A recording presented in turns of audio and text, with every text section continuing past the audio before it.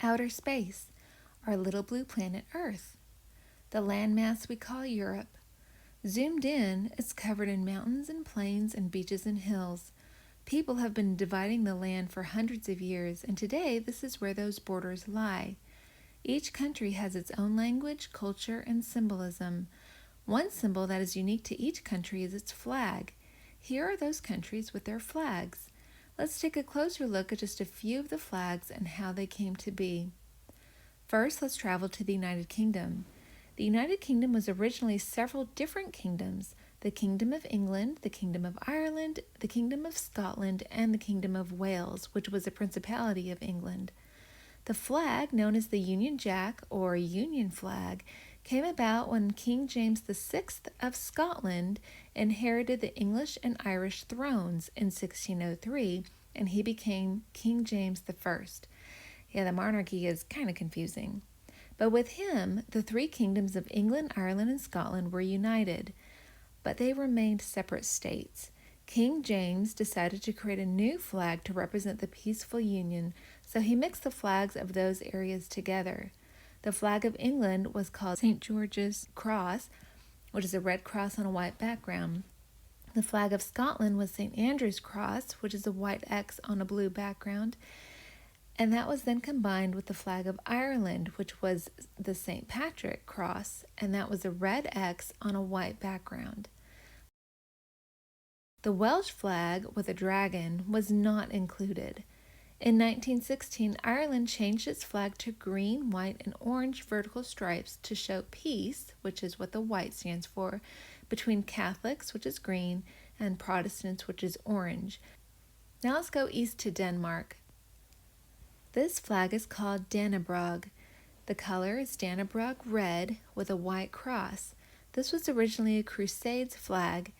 Legend states that a red cloth with the white cross simply fell from the sky in the middle of the 13th century Battle of Valdemar, after which the Danes were victorious. As a badge of divine right, Denmark flew its cross in the other Scandinavian countries it ruled, and as each nation gained independence, they incorporated the Christian symbol. It is the oldest flag that is used continuously. And now let's move south to France.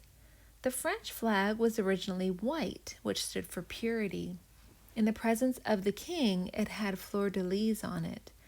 After the French Revolution, where the people overtook and executed the monarchy, that's the kings and queens and the whole royal family, the French people sought to become a republic. During that time, the only European power that had a republic was the Netherlands. So the inspiration was found. White is the traditional color of the House of Bourbon, who ruled in France from the late 16th century until the French Revolution. On the flag, the color white represents the king. The red and blue in the flag represents the city of Paris. Revolutionaries who fought in the Revolutionary War and overtook the country wore red and blue or flew red and blue flags. Now let's move further east to Macedonia.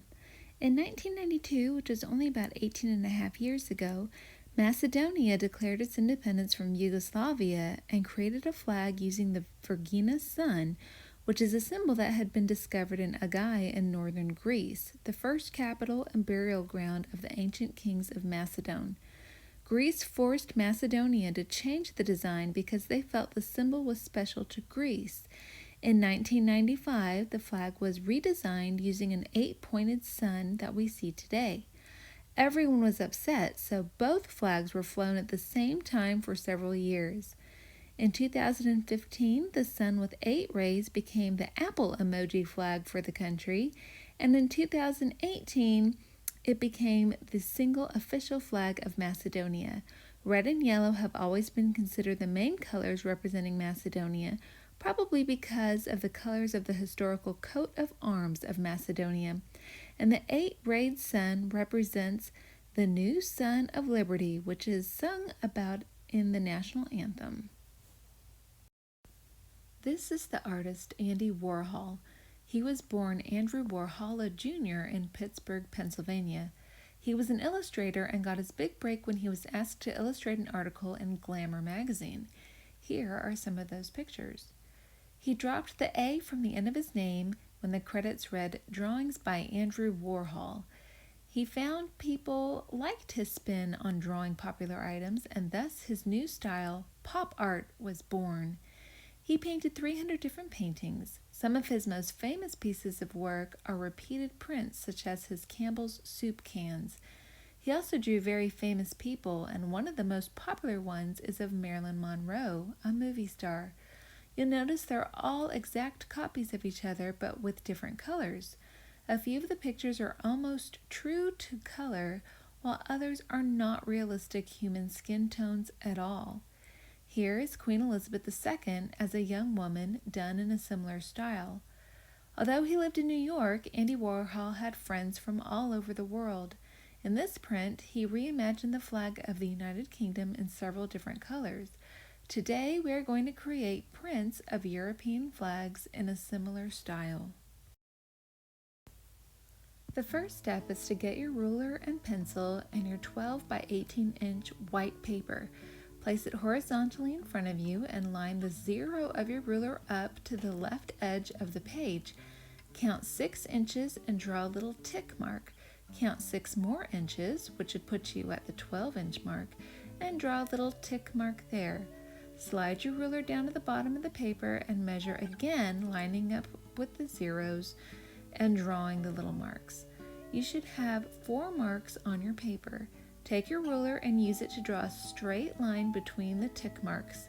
You should have 2 lines.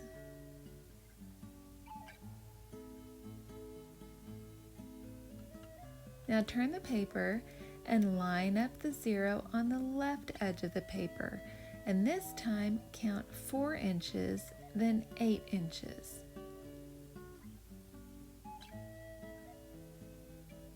Repeat this at the center of the paper, then again toward the bottom. Use the ruler to connect the tick marks, and you'll have to slide the ruler down to make the line long enough and keep it straight. Be sure to write your name on the back. Set that aside and look at the flags. Choose the one you want to draw.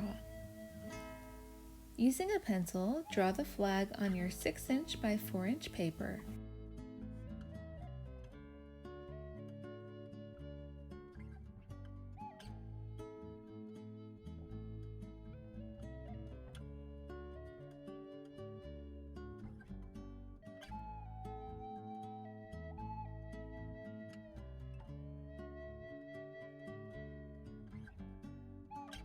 Outline it in black Sharpie marker.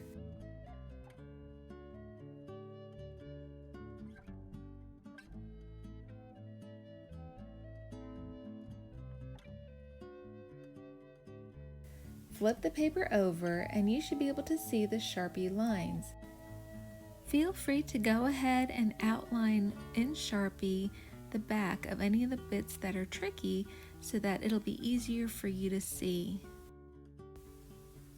Go ahead and grab your styrofoam and place your paper right on top of it with the front side down.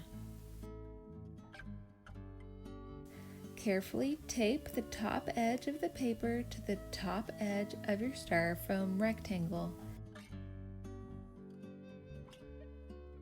Use a push pin to gently pin poke your design into the styrofoam.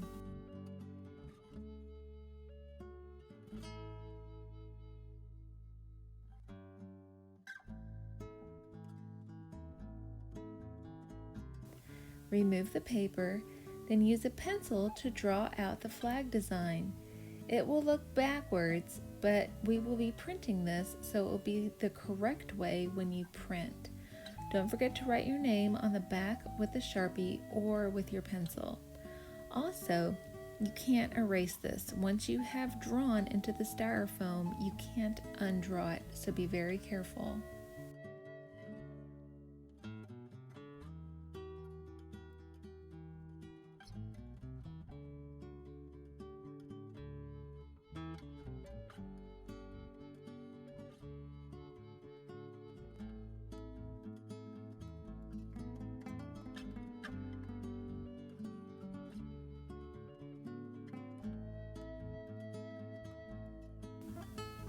Using the correct colors of your flag, carefully but quickly paint the styrofoam the colors of the flag.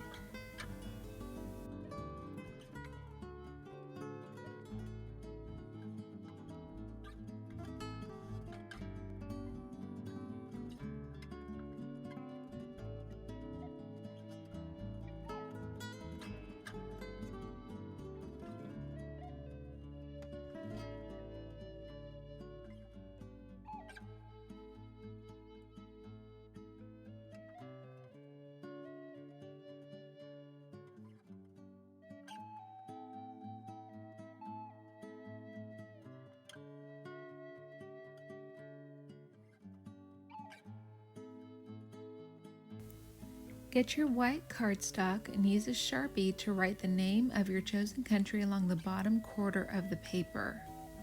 Now flip your styrofoam over and tap it.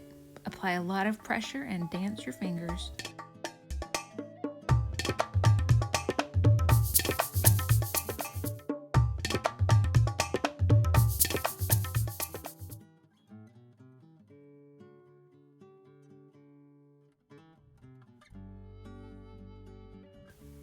Now repaint the styrofoam using the same colors and print it in the center rectangle of your large white paper.